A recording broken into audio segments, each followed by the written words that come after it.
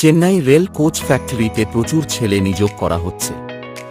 কোম্পানির অধীনে পার্মানেন্ট চাকরি, সরকার অনুমোদিত নিরাপদ ভবিষ্যৎ। ডিউটি টাইম 8 আওয়ার্স, বেতন 17,500।